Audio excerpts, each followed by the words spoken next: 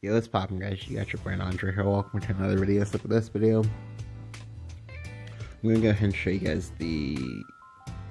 my Midrange Haven list, and we'll go ahead and do a quick intro building it, and we'll talk about how it was that I came to this list in the first place. So, for those of you who might know, for those of you who follow meta reports and whatnot, a lot of people feel so Haven is not in a good spot right now. This, to be honest, is somewhat true, just because, for the most part, as far as Haven goes, they're kind of one of the decks I was figured out first. Additionally, they also have some slight issues attached to them. Like, for example, Summit Temple, while good in and of itself, it does have some slight counter synergy in the deck. And that's actually one of the things that hurts people as a whole, for people who are trying to play Summit Temple, because I just see a lot of people just slam Summit Temple on one, it's the correct play. It's not the correct play. Please do not play Summit Temple on one. And things like that. I also see people try to do the whole, do nothing, play Aegis on 9. That's also not very good if you're not being proactive in the process, because if you aren't, you're gonna die to combo decks. There are a lot of combo decks that exist right now in rotation. So as a result, Haven's having some issues or whatever. And for me, I like to try to be as proactive as possible when I can. I mean, not to the point of playing aggro, because I don't particularly like playing aggro, but if I can be proactive, if I can do some interesting things, and then have something at the top end as a backbreaker, then yeah, as usual, I'll go ahead and do it, which is kind of why I came up to this. When you're trying to build a deck or whatever, or when you're trying to find a deck to play, you want to ask yourself the question: okay, what exactly is the most unfair thing, or whatever that the X deck can do, or that X card can do, whatever whatever you want to build around, and just go ahead and try to find ways to find synergies to build around that. For me, when it comes to Haven right now, the most broken thing that they can do is to have Summit Temple and then have a Heavenly Knight. 3 Heavenly Knights with the Summit Temple, that's 21 damage. That's 21 damage, which means that it will not matter what else you do that game. As long as you stick those, you jam those, and boom, Bob's your uncle, you won the game. Just because Heavenly Knight is essentially a Genesis Dragon that has Ward when you have the Summit Temple in play. That to me, that's insane. Hell, even when you don't have the Summit Temple in play, you can essentially think of yourself as playing an Implancer that has Ward that also becomes a 7/7 on your opponent's turn. That's a big deal, because it makes it so that that's a no drawback play. And that's one of the things you want to get into when you're playing cards, in order to find cards that again have no drawbacks, that you don't really lose anything from playing them other than losing out on your turn. But if you're playing something that's proactive, you're not losing out on your turn. You're developing something. You're working towards something. And so that's what brought me to this. So, 3 Globe at the Stairways. I really like Globe at the Stairways just because it's basically 1 mana, draw 2, find some gas. If it had been draw 1 card with the fanfare and then draw 1 card with the last words, I don't think I would like that. I don't think I would like it nearly as much. But being able to find guaranteed gas is great. It also helps you find your Summit Temples, find your Carapace. Carapace is broken, by the way. Find your Tribunal. Yeah, not too many amulets, but not no amulets at the same time. To Summit Temple. So let me clarify something here. To be quite honest with you, if I had the option, I would definitely go ahead and drop this down to 1 Summit Temple. The reason being is that yes, I know what Summit Temple says. I know that it says that when you play a new one or whatever, you get the cycle card if you already have one up. However, you have to think about that. You're trying to play a faux insight or whatever. It's not straight up just draw a card or whatever, when you could just be playing better things. The reason why Runecraft gets away with playing things is because it also spell beasts you. You want, if you draw cards, to just kind of roll compress onto something else. I don't think when you have something say pure-hearted singer in the metagame that you can afford to just play cards. They can afford to just play cards like this just because there are better options. So I still played 2 just this way I would have the option, or at least a decent option in order to find 1 when I needed it, if I needed it. But yeah. 3 Happy Pig. So Happy Pig is the de facto like 2-drop neutral that like a lot of people play. I've seen it in pretty much every single class, even Dragon. Yeah, that's right. I've seen some people play Happy Pig and Dragon. It's just, you know, solo 2/2. If it can heal you for 1, that's great. If it can heal you for 3, that's great. It's actually pretty good versus Daria. You can go ahead and, you know, evolve that and then heal for 3. So essentially, you get to heal off a piercing rune and like a magic missile, which is kind of nice. And you also get to like take out like an Ogler or something like that that's like unevolved. Really solid. Really cool. 3 Snow Whites. Snow White is one of the other unfair things that I find that like Haven can do right now. Like because the synergy between Snow White and Carapace, which we'll talk about next, is just too good. Like the other thing I like about Snow White is that like when you have Summit Temple in play, Snow White can just like hit people in the face for 2, and then she's like essentially becomes a 2-mana 4/4 or whatever, because like the first initial body will be doing 2, and then the secondary body will also be doing 2. So it's just a consistent source of poke damage, which is nice. And a lot of people, the uneducated people, usually will not want to deal with it. So she can usually just kind of like rack you up, I don't know, maybe like 3 or 4 damage before your opponent eventually does find time to deal with it. But by that time, she's already gone above and beyond her job. The Gemstone Carapace, like I said, synergy with Snow White, synergy with your evolves, like Gemstone Carapace is just insane. Some of the games I've had like with this deck, like what I'll go ahead and do is I just like straight will just go Carapace into Carapace and then say Cudgel evolve. So this way I just like develop like I just develop like I believe it's 10 13 in stats on turn 4. Like, how do you deal with that? You kind of don't. Like, the reason why we're in the metagame that we're in right now is because like Daria does similar things, except Haven being able to do these things more consistently is why I kind of gravitated toward that. So again, it's a solid card. Additionally, it's another payoff card for your Summit Temple, just because like when you have the Summit Temple up and you have an evolved the Bejeweled Tortoise, that Bejeweled Tortoise is going to be doing 7 damage to your opponent's face. 7 damage is a very, very big number when we have other units that can also, you know, deal 7 damage to the face. So solid source of damage, solid source of early game, just, you know, helps you just deal so many things at once, which is nice. It's just great. 2 Pure Heart Singer. To be honest with you, this could be 3 Pure Heart Singer if you wanted to go ahead and cut one of the Summit Temples for that. I wouldn't blame you. I would totally understand. It's just a solid card. It just helps you draw cards. It helps you work in tandem with Snow White in order to pick off, say, skeletons or fairies or say 2/2s, things like that. Hell, it even helps you bump creatures that have 4 HP down to having 3 HP, so you can use that for your scripture. Solid card. And hey, it draws you 2 cards in the process. What more can you ask for? 2 burly axeweilder. So to be honest with you, like I said in the initial gameplay video, this should honestly be Jeanne Beacon of Salvation. However, I don't really have available such spare vials just because I'm still like nerf hoarding, waiting for like the changes on the 15th in order to go ahead and try to make files and or craft more things, because there are quite a few things I did not pick up at all this set. But yeah, this is only in here because I wanted an answer to tilting at windmills. However, like again, the fad for tilting at windmills has worn out because people have realized that, oh, well, if you blow up the tilting at windmills, well, suddenly you're just playing a very, very terrible deck. So you don't need to play these unless of course your like respective metagame still has these. If you don't own Jeanne Beacon of Salvation like me, you can go ahead, you can like replace these with Grimnirs, and that'd be just as good, if not better. Well, just as good, if not better, just because like they're cheaper than Jeanne Beacon of Salvation to craft. So 2 Priest of the Cudgel. Now, unfortunately, Priest of the Cudgel is probably one of those cards that just, I don't know, like it's just always going to see play for the remainder of time until you get like some card that's like better than Priest of the Cudgel.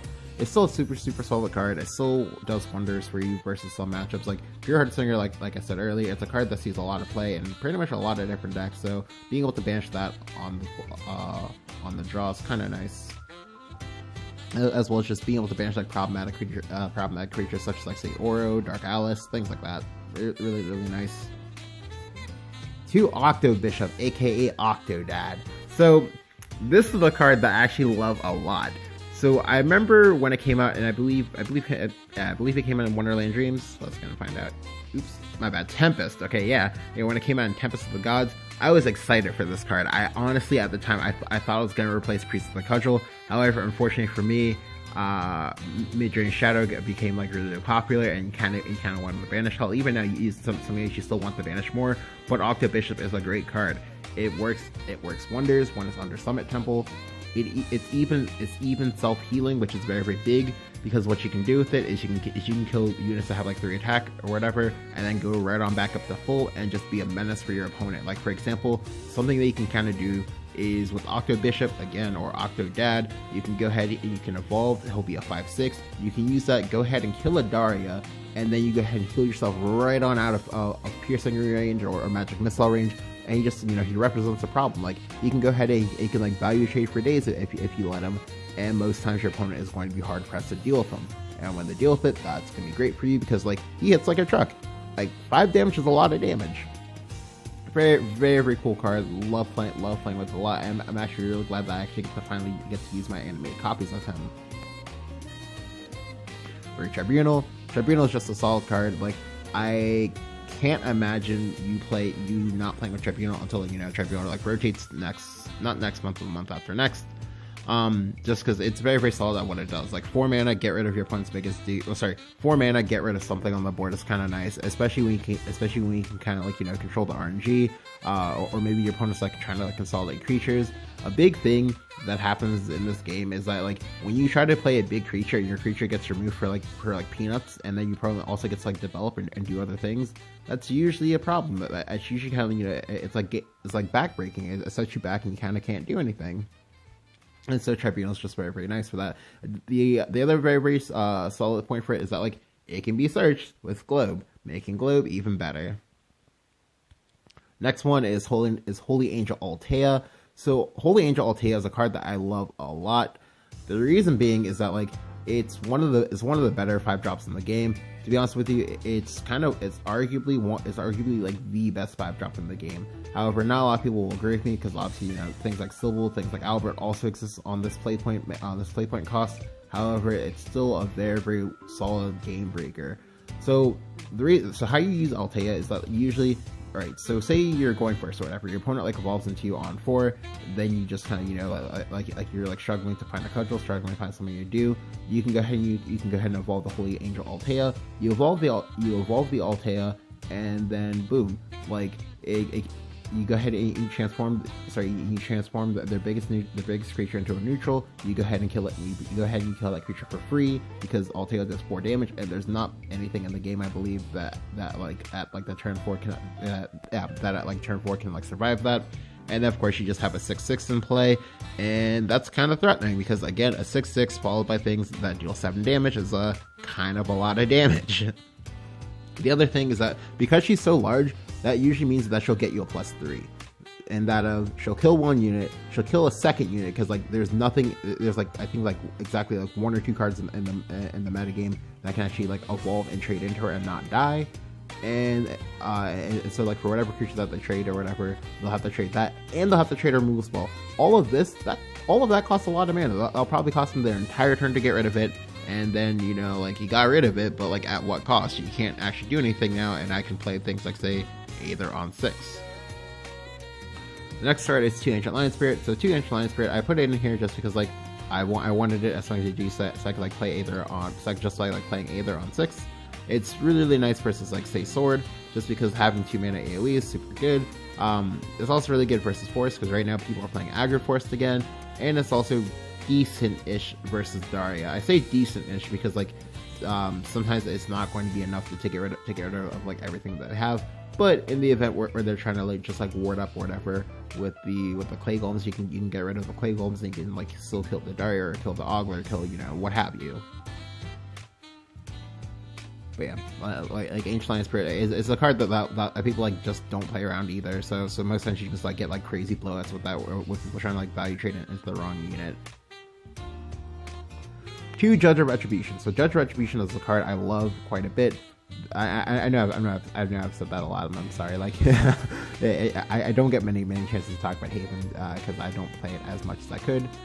But Judge Retribution is solid just because, like, it does matter if you can banish the creature or if you can banish the creature or not. You always get to draw a card, so it's a nice, like, cycle effect. If you do get to banish something, then he immediately becomes a +2 if you evolve and get to kill a creature as well, a +3 if you kill another creature, a plus, or it's not, sorry, you usually stay at +3 because you lose you possibly lose a creature in exchange for another creature. But yeah, like, this card is great. It helps you cycle, it helps you do a lot of things you need to do. And just, you know, it gets you there. The other big thing about that is it lets you use your, like, Blackened Scriptures, and your cudgel evolves, like, a little bit more freely, just because, like, a lot of people will not be playing around you having even more banishes than you should. So, solid. The 2 Aethers, because, like, Aether is yet another, like, what's the unfair thing you can do? Well, being able to tutor your 9 mana 8/8 that can't actually be killed by anything in the game is pretty unfair. Being able to tutor a massive ward if you need it in a pinch, pretty unfair. Being able to tutor Taurus if you need it, pretty unfair. Additionally, gaining the HP bonus, while you might think that's like whatever, that's actually a bit of a big deal when it comes to that of the Summit Temple, just because, like, having more HP means you hit a lot harder once the Summit Temple is in play. But just being able to just, you know, tutor something from the deck, like, you can't really put a price on that. 2 Heavenly Knight. So to be honest with you, this should actually be 3 Heavenly Knight, 1 Taurus. However, I don't have the vials, like, or rather, sorry, I have the vials, I just don't want to craft it. Let me, like, to be, like, perfectly honest. However, you should definitely craft it because, like, being able to go turn 7, turn 8, turn 9, Heavenly Knight to the face, like, that's pretty difficult to deal with. Like, I think off the top of my head, like, the only classes that can somewhat kind of deal with that kind of pressure is, like, Dragon and, say, maybe Sword. But in the case of Dragon, you need to be able to have a Scyther plus, like, a Sybil in order to recover, because if you play with Scyther, you can't actually do anything else. In the case of Sword, well, Sword doesn't really play heals. They only have, like, 1 card that heals, and even then, not everyone plays that card. Additionally, that also takes away E-boost for Albert, and that's kind of a big deal. Like, I've had games where I just go Heavenly Knight into Heavenly Knight and people just concede because, like, what do you do? Like, it's just way too much pressure because, like, even if you deal with the Knight, like, and this is the big thing, even if you deal with the Knight, you still have to deal with the Aegis, which I can tutor out. Like, and that's just, like, way too much pressure. It just puts you, like, way too far behind it, and I just, like, can't catch up. Like, the big thing about Aegis that makes it, like, that makes it unplayable for a lot of people, or sorry, it makes it unplayable in a lot of situations, is that because the Haven player will put no pressure on you whatsoever, that means that the Aegis still needs to swing twice, so you still need to wait at least 3 turns after having played your win con in the first place in order to win, and that's too long. But when you have Heavenly Knights, when you're just, you know, bopping people in the face for 1/3 of their HP, that means that, oh, a Heavenly Knight swing is already about half your opponent's HP. So if you get, you know, maybe say 1 or 2 damage with the Snow White or something like that, you know, maybe say 2 more damage with, like, a Happy Pick or something like that. Well, suddenly, oh, well, now your opponent has about, like, 10 HP or something like that. So if you play the Aegis and he's evolved, oh, that means next turn he's going to win. That's a very, very big thing because, like, you know, setting up your lethal turns or whatever, it matters a lot. It matters a lot when there are actually decks that can go above what each is trying to do. Like, for example, Forest. Like, Forest can hit you with a 20 damage unblockable combo. Like, you need to be faster than Forest if you're trying to play stuff like, say, Aegis. And I feel like Heavenly Knight lets you do that the best. 2 Taurus. So again, like I said, you would definitely go ahead and cut this down to 1 and add in one more copy of Heavenly Knight if you own it. However, for me, I did not own it, did not want to craft it, so I'm playing Taurus. Now, something that I already know a lot of you people are going to ask me, are going to be, you know, going like Dan's game about, is why are you playing Taurus when you're playing Summit Temple? Aren't they anti-synergy? The reason why I can justify playing Taurus is because when you do the math, it makes it okay. So, really quickly, as you know, with Summit Temple or whatever, like, it will make it so that the Taurus does 3, and that the Heavenly Knight does 4. So when you think about it, in a game, if you find the Heavenly Knight, if the Heavenly Knight, you know, hits the opponent in the face for 7, that means that they gained 4 damage, or like 4 value or whatever from the Summit Temple. In that same game, if you hit the opponent in the face with Taurus, you you do 2 less damage than what you would do ordinarily if the summon tempo were not up. So if you compare those 2 values, overall, on average, you're going to be doing 2 more damage overall. Like, could it be more? Yes, obviously it could be more. However, when you only have exactly these 2 cards as your storm units in rotation, you work with what you can get. And overall, it's still a net game, which is why I can justify playing it in the first place. Additionally, I'm not going to play Summon Temple on 1 like a lot of people. I'm going to wait till I get a chance for it to actually be like useful, for it to actually like make sense. And that's why I can justify playing that in here. And then of course, lastly, 1 Aegis. The reason why you play 1 Aegis is the same versus Dragon, because a lot of times versus Dragon, what you can do is you can stall out the board, and then you kind of like force them to make trades and force them to like actually like play the game on the board instead of like playing with their hands. And then you just like drop Aegis, and then what do? They can't really do much of anything. Like Aegis, if you hit the opponent in the face with like a Summon Temple, or sorry, not Summon Temple, if you hit them in the face with a Heavenly Knight, like the amount of damage the Heavenly Knight does is a little bit more than Dragon player can deal with. Dragon players, they play exactly 9 sources of healing, and about like 6 of those sources of healing people will just casually use freely when they're trying to ramp in the early game, and not at all thinking about, oh, well, what do I do if my opponent actually hits me in the face or does things to me or whatever that will cause me to take damage. So most times when you come down to it, they usually only, like towards the mid and towards the late game, they usually have about like 4 or 5 sources of healing left, and that would say maybe say 2 or 3 Israfil, maybe say 1 or 2 Sybil, maybe say 1 or 2 not Salamander, 1 or 2 like Fervor or whatever. And the amount of damage the Heavenly Knight does, that requires them to heal at least twice in order to like negate it. But that's 2 heals. Like, so if you play multiple of these and you play them consecutively, the Dragon player, they can't like out heal all of that, and so you kind of get there. Yeah. So this is the deck. It's really cool. I don't know how expensive it is in terms of like value count. I can go ahead and probably find out if any of you guys like want to know. But yeah, like it's pretty fun to play. I enjoy it a lot. I'll probably go ahead and try to like show more games if you guys ask me to. But yeah, if you enjoyed the video, go and leave a like. Go and hit subscribe, and if you haven't, let me know what you think about Storm Aether or Midrange Haven down in the comments below. Thank you guys for watching.